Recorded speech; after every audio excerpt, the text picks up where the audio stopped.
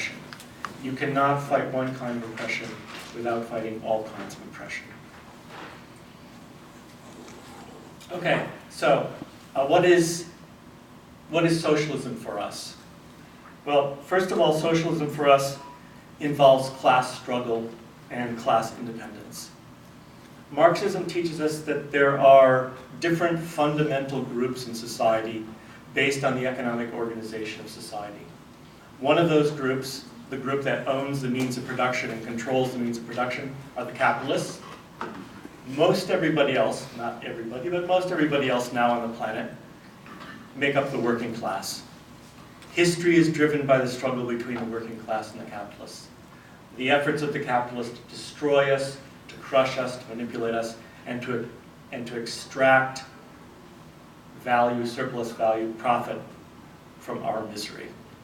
So, the first element of our socialism is class struggle.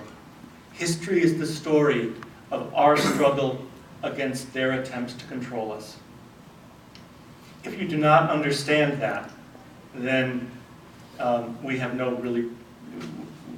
really begin to struggle against our own oppression. We have to understand this fundamental fact that there are different social classes with diametrically opposed interests in order for us to struggle for our own freedom.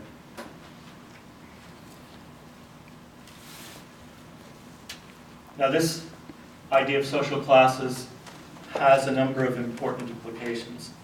One of the practical implications is that we can't rely on the Democratic Party. The Democratic Party is a party essentially controlled by a wing of the capitalist class. The Republican Party is also controlled by another wing of the capitalist class. Because the Democratic Party is essentially controlled by the capitalists, we cannot use it as an instrument of revolution. We cannot use it as an instrument to gain our own liberty and freedom. We need our own political party, a party of the working class, and that party would be a labor party. A party made up of all of those who are oppressed and all of those who are in the working class. Socialist action strongly favors building a labor party. It is a necessary instrument for our own liberation. A second element here is a second question that defines our socialism is the question of revolution versus reform. Bernie Sanders and a lot of social democrats feel that you don't have to replace capitalism, you just have to fix it a little bit. You just have to tinker with it a little bit.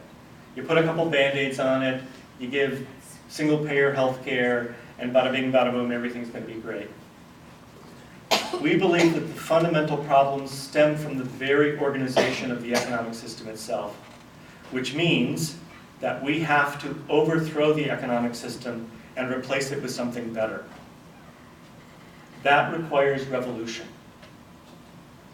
You can't pussyfoot around this. We have to have a revolution to replace the capitalist system. Now, I want to be very clear here. This revolution doesn't mean that we're going to necessarily have a violent revolution. We're not going to advocate violence.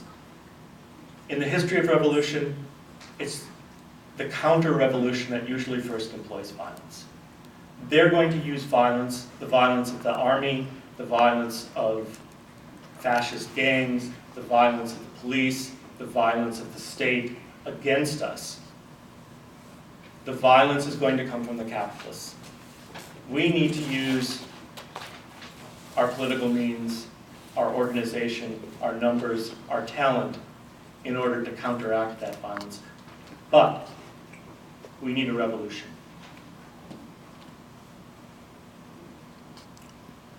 That's the bottom line.